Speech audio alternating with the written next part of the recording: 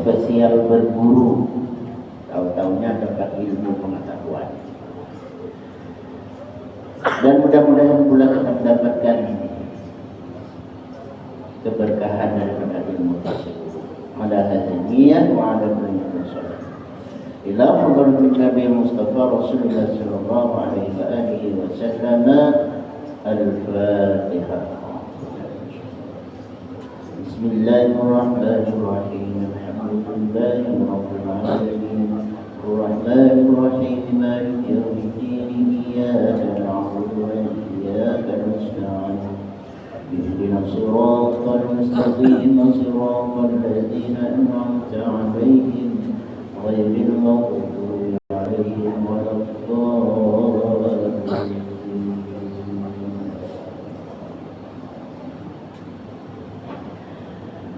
Bahasan kita ialah tentang al-istighal bi uyubin nas.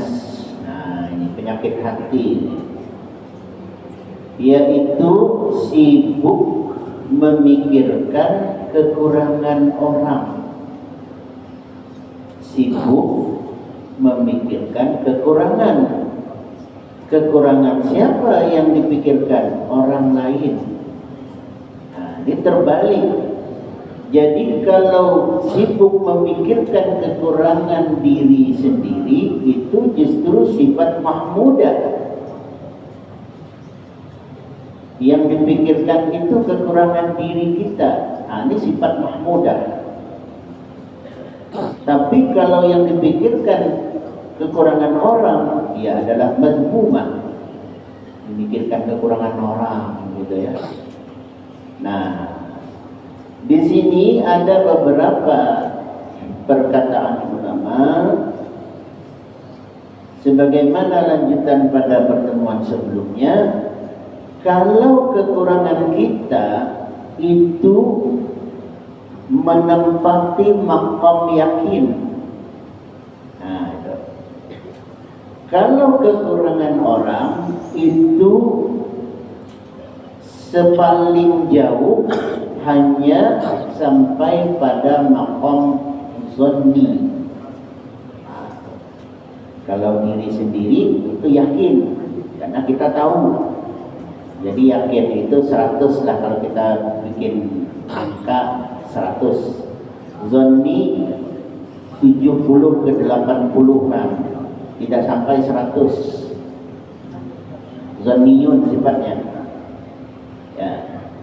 Di bawahnya lagi ada namanya syak. Syak itu 50-50, 50-50. Syak, ragu bahasa kitanya. Di bawahnya lagi ada namanya waham. Waham itu prasangka yang kemungkinan benarnya hanya sedikit persentasinya. Kalaupun boleh dipersentasi antara 20-25% kemungkinan benarnya, salahnya lebih banyak. Nah, itu namanya waham. Ya. Syak, nah ini setengah-setengah. Bisa jadi ya, bisa jadi juga tidak. Nah, ada perzon, itu kemungkinan benarnya iya boleh sampai kepada 70%, 75 ke 80-an, tapi belum sampai kepada batas yakin. Nah, sebagaimana kita contohkan pada pertemuan sebelumnya, masalah menghadap kiblat nih, kita sholat nih kan. Memang kita telah melakukan dengan segala upaya. Kalau membangun masjid, tentu semaksimal mungkin arah kiblat itu tepat, gitu kan. Tapi setepat-tepat arah kiblat yang kita tentukan dengan jarak yang jauh ini, tidak pun sampai pada batas yakin, hanya pada batas zonni, itu sudah dianggap cukup. Tapi sebagian lagi tidak bisa, harus yakin. Ya pokoknya kalau tidak yakin tepat arah kiblat, maka belum dianggap menghadap kiblat.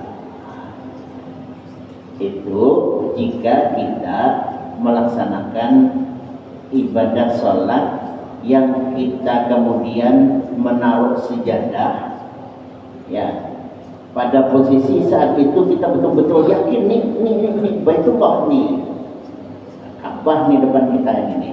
Nah, tapi seyakin-yakinnya apa yang kita tanamkan di hati itu tetap saja tidak ainul yakin, gitu kan? Tidak hakul yakin, ainul yakin. Ainul yakin itu kita sholat di Masjidil Haram. Oh, Baitullah itu memang nampak, kita langsung lihat, gitu kan? Nah, atau batas yang sudah digaris oleh pengurus Masjidil Haram, biar kata di luar sana masjidnya Baitullahnya tidak nampak, tapi garis itu, nah itu sudah menjadi acuan, gitu kan? Nah, ini dengan ilmu pengetahuan, hakul yakin, ainul yakin, begitu. Tapi kalau kita di tembilahan ini nih, begitu kita taruh sejadah, sholat di rumah, di masjid, di surau, di mana, apa kita bisa kemudian meyakini itu persis betul tepat Baitullah itu? Nah, kan tentu itu masalahnya. Nah, maka jika itu kemudian kita yakini bahwa lebih besar prasangka kita benarnya arah di mana kita menghadap kiblat itu, maka itu dianggap cukup menghadap kiblat. Nah, jadi kalau kita bangun masjid, ya seperti ini, tentu ini sudah diupayakan orang dahulu nih arah kiblat kita ini nih, dan ini tepat arah kiblatnya, begitu kan? Nah, namun sebatas apa? Kalau kita mau hakul yakin, ainul yakin, mungkin kita sekarang memperbaharui lagi, ya. Seperti mana umpamanya dengan teknologi digital sekarang ini nih, tuh bisa tuh dengan satelit, umpamanya kan Baitullah itu, Ka'bah itu, Masjidil Haram itu dari kejauhan berapa derajat yang kita lihat di kompas itu kan. Nah, itu sudah dianggap cukup secara ilmu pengetahuan arah kiblat yang benar. Jadi bagaimana yang lama-lama nih? Apa kita perlu cek ulang gitu ya? Nah, ya kan? Nah, disitulah makanya batas zanni itu menjadi cukup. Kalau tidak, kita bisa cek ulang lagi nih.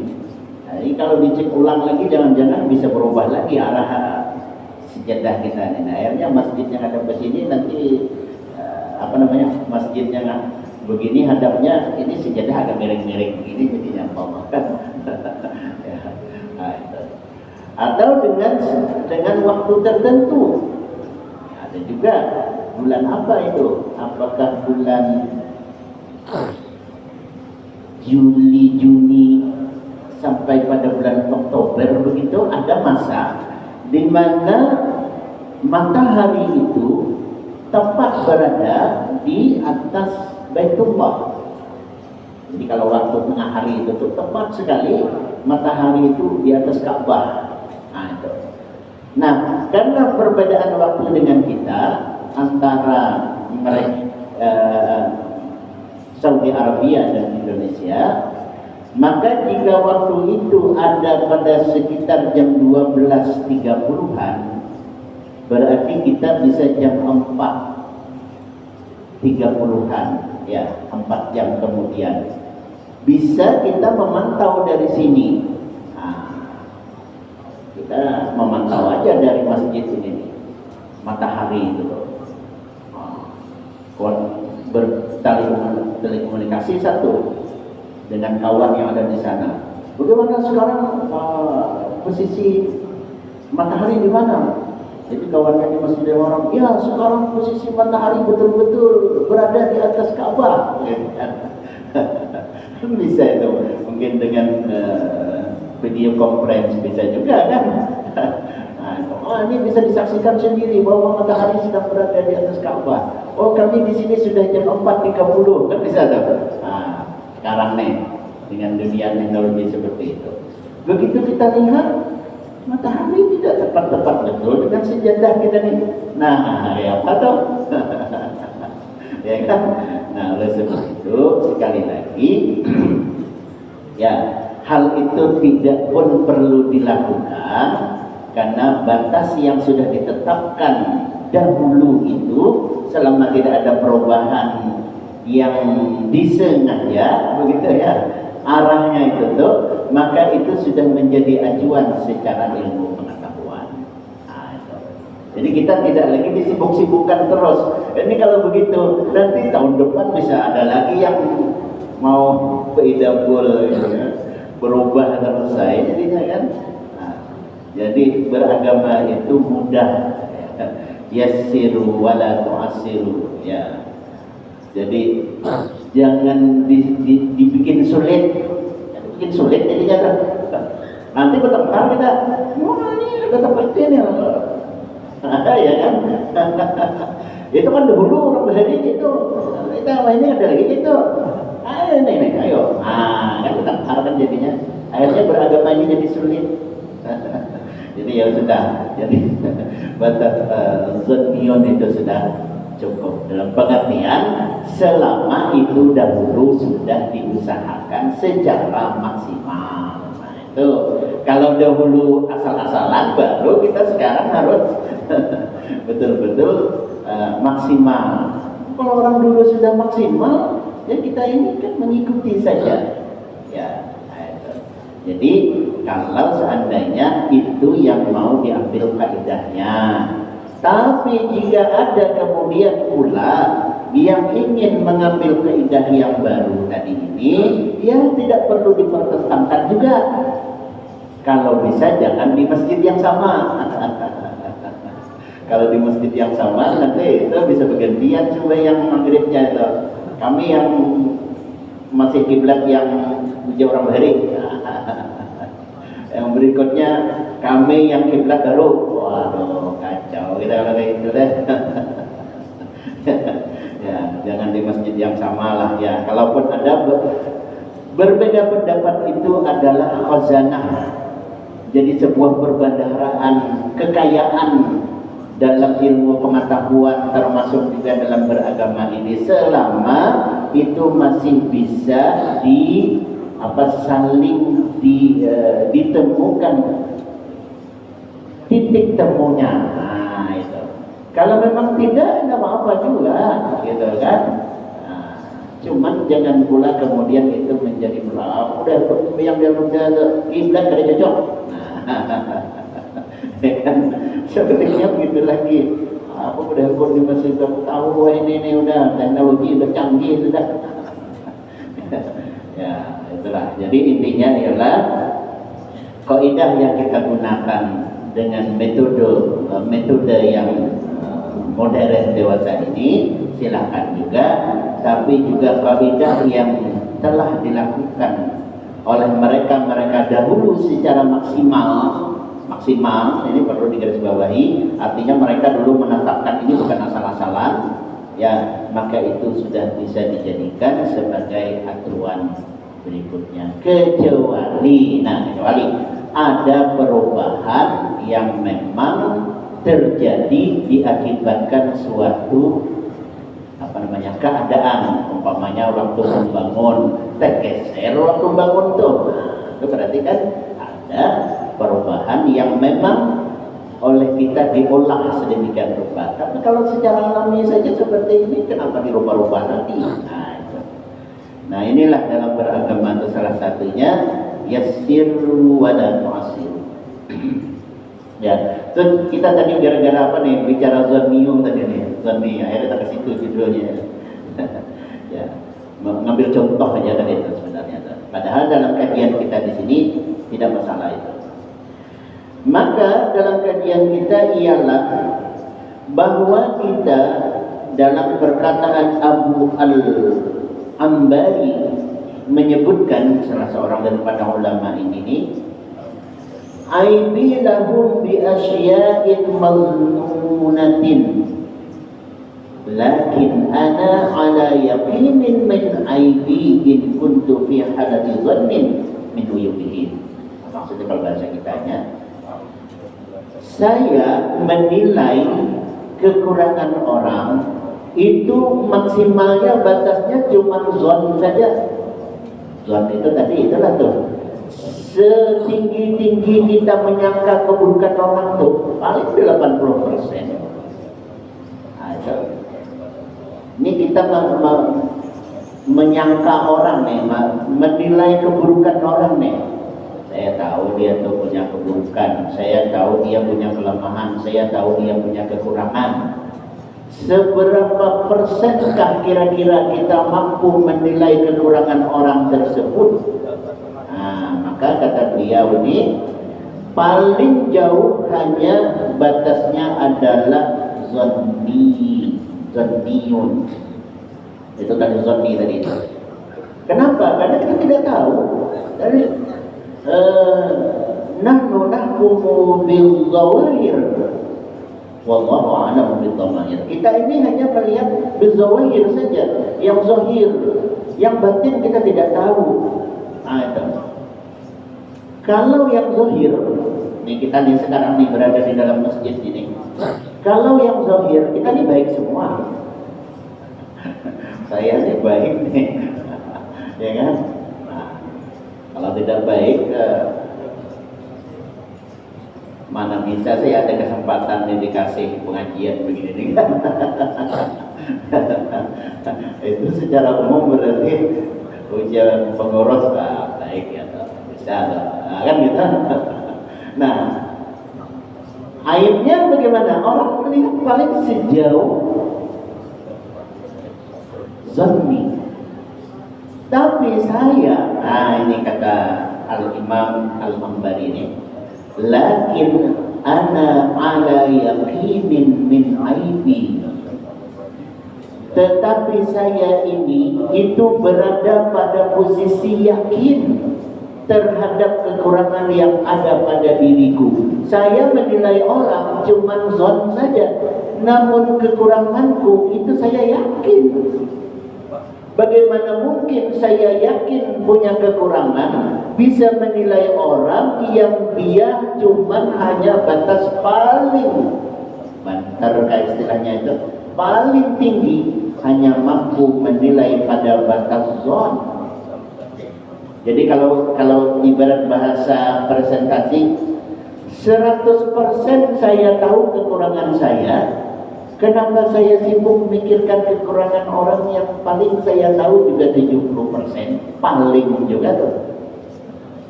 Kalau tidak 20% cuma ujar si Anu. Nah, bagaimana kalau ujar si Anu itu bisa 100%? Dan terkonfirmasi katanya, ini datanya valid dari ini paling 70%. Zonni saja. Ah, itu. Tapi kalau kekurangan kita, karena kita yang tahu, karena kita yang berbuat, maka balil insanu ala nafsihi basirah. Bahkan manusia itu ala nafsihi, terhadap dirinya basirah, dia melihat, ya kan? Kita tahu kan diri kita, saya tahu diri saya ini di mana. Ibaratnya dari ujung kuku sampai ke ujung rambut, kelakuan sampai isi hati yang paling kecil, saya tahu. Gitu. Nah, itu kan namanya kita tahu 100% kan diri kita. Nah, itu. Wallahu ya a'lamu bil dhama'ir, ya. Tentu kalau Allah Maha tahu, karena Allah Maha tahu itulah ya. Oleh sebab Allah itu Maha tahu terhadap kita ini, nah berhati-hatilah kita menuduh orang tadi itu. karena batasnya belum tentu benar. Nah, gitu. Sementara kita tahu bahwa aibi, kekuranganku, di sini dicontohkannya, lakin ana ala yakinin min aibi, tapi saya itu benar-benar pada posisi yang yakin terhadap kekuranganku. Kata beliau, ya, bagaimana kita bisa repot memikirkan orang yang kita cuma hanya tahunya ujar si anu, sementara diri saya itu bukan ujar si anu, itu memang iya kata saya. Nah, kan kekurangan kita tuh. Ini hari ini nih, apa aja yang kita gawi ini kita tahu kan? Pokoknya tahu aja kita tahu. Nah, orang udah tahu. Orang terdekat aja bisa tahu tuh. Yang terdekat istri, gitu kan? Nah, secara fisik istri kita tuh tahu semuanya diri kita ini. Para bahasanya buban syuting aja di rambut tahunya. Ya kan? Nah, sampai ke ujung kaki itu bahasanya tuh nampaknya tahunya. Nah, itu zahir. Tapi batinnya, nah belum tentu dia tahu. Nah, ya kan? Nah, berkamuflase, kita bisa berkamuflase, kita bisa menutupi ya aslinya kita itu tuh, ya, yang keluar zahirnya itu tuh. Nah, kita tutupi itu, dan itu memang apa? Kita bermohon dalam doa perlindungan kepada Allah, kekurangan kita itu tidak dilihat vulgar, bahasa ininya dilihat vulgar oleh orang. Nah, kalau vulgar kita ini nih, apa ceramahnya A'agim ya, kata beliau, kita nih kalau istilah bahasa gitu sempat Allah bongkar kekurangan kita ini nih di hadapan orang lain itu, tidak laku lagi kita nih, apapun profesi kita itu. Apalagi profesinya adalah umpamanya sebagai panutan, umpamanya guru, ya, dai, penyampai ceramah-ceramah, kajian-kajian, gitu kan. Nah, itu. Kalau Allah bongkar aib kita itu, nah, maka kita akan menjadi malu. Nah, nih sekarang masalahnya kemudian aib itu bagi kita yang awam besar sebenarnya, tapi itu dianggap kecil. Namun bagi orang-orang mulia, aib itu sebenarnya kecil sekali, tapi bagi mereka itu adalah teramat besar. Nah, itu. Jadi kalau para aulia itu, contohnya orang waliullah itu, ada aja waktu itu lupa dengan Tuhan, itu udah aib. Ibarat detik demi detik yang dilalui ini lupa, jadi ingat dengan Tuhan itu lupa, ya, asik dengan kerjaan umpamanya lupa, itu udah aib, luar biasa aibnya. Nah, kalau kita yang awam bagaimana? Nah, itu kan ingatnya 2 kali itu 5 waktu, ya, selebihnya lupa lagi dan gitu. Nah, kan besar, tapi terasa kecil saja. Nah, seandainya itu berlaku, aib itu baru satu contoh yang itu aib yang ibaratnya hanya melupakan kebaikan, ya, dianggap aib. Bagaimana kalau aibnya itu melakukan keburukan? Ya, apalagi cuman kedingat menggawi yang baik kok dengan gawi, umpamanya puasa sunnah, sholat sunnah, dan pekerjaan baik, keringat gawi, lu udah aib. Nah itu udah aib itu. Nah, kalau kita gimana? Santai aja kan? Santai aja. Nah, apalagi kalau aibnya itu berupa melakukan keburukan. Jadi kalau di dalam istilah bahasa Al-Quran itu, kalau meninggalkan sesuatu yang diperintah yang tidak sampai pada batas wajib, ya perintah yang sunat-sunat gitu ditinggalkan, itu bagi kita kan tidak merasa aib, tapi bagi orang-orang mulia itu aib. Ya, itu adalah kekurangan. Itu sudah bikin mereka malu di hadapan Tuhan loh. Ya. Kan ingat sampai yang rawatib umpamanya kan. Nah itu sudah aib. Nah kita yang awak ini paling kalaupun sudah bisa kita mengakuinya sebagai kekurangan kalau melakukan kesalahan. Kesalahan yang mana pula? Kesalahan yang bersifat haram atau dosa. Baru kita merasa kurang, baru kita merasa salah, baru kita merasa itu aib. Nah itu. Jadi kalau yang sifatnya kita meninggalkan yang sunat-sunat, hanya menggawi yang makruh-makruh, perasaan kita tuh belum aib lagi. Ya kan? Belum aib lagi itu rasanya kan? Meninggalkan yang makruh, mengerjakan yang makruh, meninggalkan yang sunat, rasa belum aib lagi. Paling-paling kita anggap aib itu kalau kita menggawi yang haram. Umpamanya ketahuan orang menggawi yang haram apa contohnya ya? Ya pokoknya yang haram dah. Nah itu baru itu aib gitu. Nah, dan apa yang kita lakukan itu yang sifatnya zahir mungkin orang bisa lihat. Minuman umpamanya berjudi, merampok itu jelaslah ketahuan. Tapi kalau yang dikerjakan itu berupa yang haram namun hanya kita yang tahu, nah, hanya kita yang tahu artinya Allah Maha tahu ya. Orang tidak tahu, nah inilah aib yang lakin ana ala yakinin min aibi. Nah, itu. Saya tahu persis kekuranganku, orang pada tahu. Kalau hendak ditambah lagi, bini pun bukan tahu.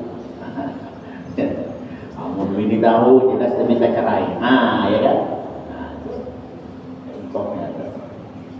Nah, jadi karena sibuk memikirkan kekurangan diri ini, sehingga kita lupalah dengan mencari kekurangan orang lain. Baru itu muncul menjadi sifat mahmudah. Jadi kalau mazmumah tadi itu tuh yaitu istighal bi uyubin nas, sibuk hanya memikirkan kekurangan orang lain. Dan yang menjadi sesuatu yang mau dibilang fitrah ya, fitrahnya kayak udah tuh. Bila berita itu tentang kekurangan atau kasus atau peristiwa-peristiwa yang buruk, itu ramainya lebih menarik, lebih disukai daripada beritanya tentang sesuatu kebaikan.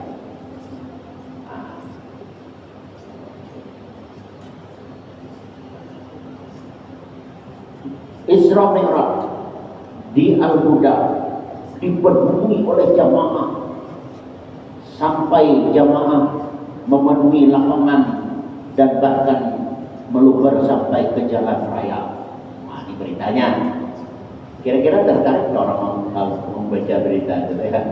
Tertarik, tapi biasa aja. Oh ya, demikian itu maka itu. Nah, kan selesai ya? Selesai. Tapi nauzubillah, bilangnya boleh membelah contoh. Ya. Di Al-Huda terjadi kemalingan motor. Nah, alhamdulillah kan. Sehingga semakin berkuranglah ketertarikan orang untuk sholat berjamaah karena ada jamaah yang kehilangan kendaraannya. Umpama kan. Nah, berita ini nih, padahal kasusnya seperti ya. Berita ini nih, ini bisa lebih diminati oleh orang, diserbu orang, dicari orang. Nah, itu kan? Nah, itu memang begitulah tuh. Jadi kalau keburukan itu tuh diulang-ulang ramai itu beritanya itu. Nah, tapi kalau yang tadi orang ramai menghadiri Isra Mi'raj memenuhi masjid dari itu sekali lewat cuma beritanya tuh, selebihnya udah ya lagi kada viral lagi. Ya, tapi kalau keburukan ini nih, nah, diingat orang terus sampai tadi orang berpikir gimana sembahyang lagi kalau asal itu yang cahayaan pulang jemaah kalau dan jadi berita yang buruk ini nih, yang sifatnya aib ini nih. Nah, saya mau bilang fitrah, bukan fitrah ya, tapi itu adalah semacam sugesti. Orang tersugesti aja, terdorong pikirannya itu, bila yang tidak baik itu tuh nyaman aja gitu diingat gitu ya, rame terus, sigap terus gitu. Nah, tapi kalau yang baik tadi itu lewat aja. Nah, disitulah kemudian karena ya tentunya ini juga bumbunya nih yang membuat orang menjadi nyaman mendengar itu tuh, tentu bumbunya itu tidak lain ada peran syaitanir rajim di situ tuh. Nah, kalau kata-kata juga tuh. Karena peran itu tuh makhluk bangsa minasyaitanir rajim inilah yang selalu membuat kita itu tuh merasa asik. Ya, cobalah pemberitaan. Kalau beritanya tentang kesuksesan kan biasanya seorang anak usia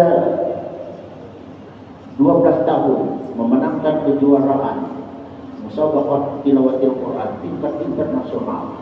Saja beritanya sekali lewat aja. Ya. Tapi kalau sempat ada berita yang aneh, jangan internasional lah, gitu kan?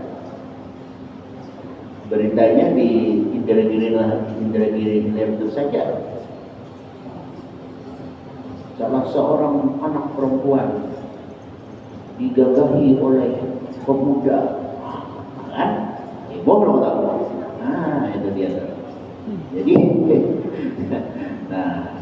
Maka kita kembali bahwa oleh sebab itu yamna'uni min zikri ghairi bi uyubihi ma a'rifuhu fi nafsi minal uyubi, sehingga membuatku untuk melarang diriku ini min zikri ghairi, mengingat orang lain bi uyubihi, kekurangannya.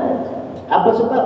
Ma'arifuhu, sebab apa yang aku tahu, fi nafsi, ma'arifuhu, apa yang saya tahu terhadap sesuatu yang ada pada diriku ini, fi nafsi minal uyubi, yaitu banyaknya kekurangan. Saking saya ini sangat tahu tentang kekurangan diriku inilah, sehingga aku menjadi tidak mampu untuk mengingat kekurangan orang lain. Nah, jadi sifat mahmudah dia.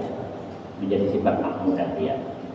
Nah, inilah kemudian kita ingatkan, ya, lau alimta minni ma a'lamu min nafsi la abghattani fillahi. Seandainya kalian tahu terhadap kekurangan yang ada pada diriku ini, pasti kalian tidak suka denganku.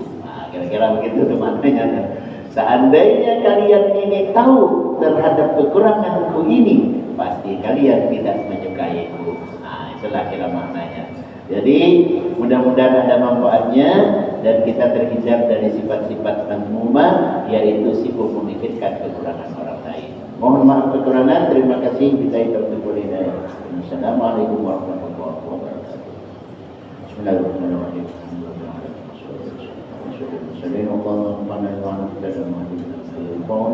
warzuqna mimma yanfa'una rabbana atina fid dunya hasanah wa fil akhirati hasanah wa qina adzabannar. Alhamdulillah rabbil alamin.